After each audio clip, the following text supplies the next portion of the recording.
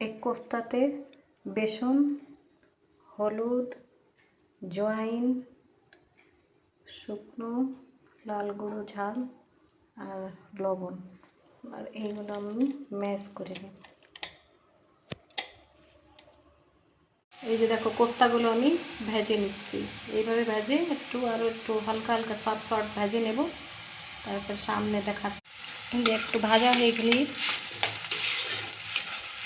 পেঁয়াজ রসুন আদা একটু ভাজা হয়ে গেলে এতে দই লাগে, ঠিক আছে, টক দই লাগে একটু। এই যে আমি বাড়িতেই দই করে রাখি সবসময়। আমাদের এই জায়গায় মোষের দুধ অনেক পাওয়া যায়, তো আমরা মোষের দুধই নিই। একটু ভাজা হয়ে গেলে এই যে আমি জল দিয়ে দিয়েছি, একে আমি 5 মিনিট ফোটাবো, তারপরে এই বলগুলো দিয়ে দেবো।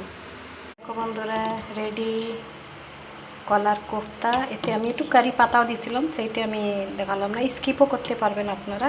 কারি পাতাটা দিয়েছি, রং দেখুন কি সুন্দর।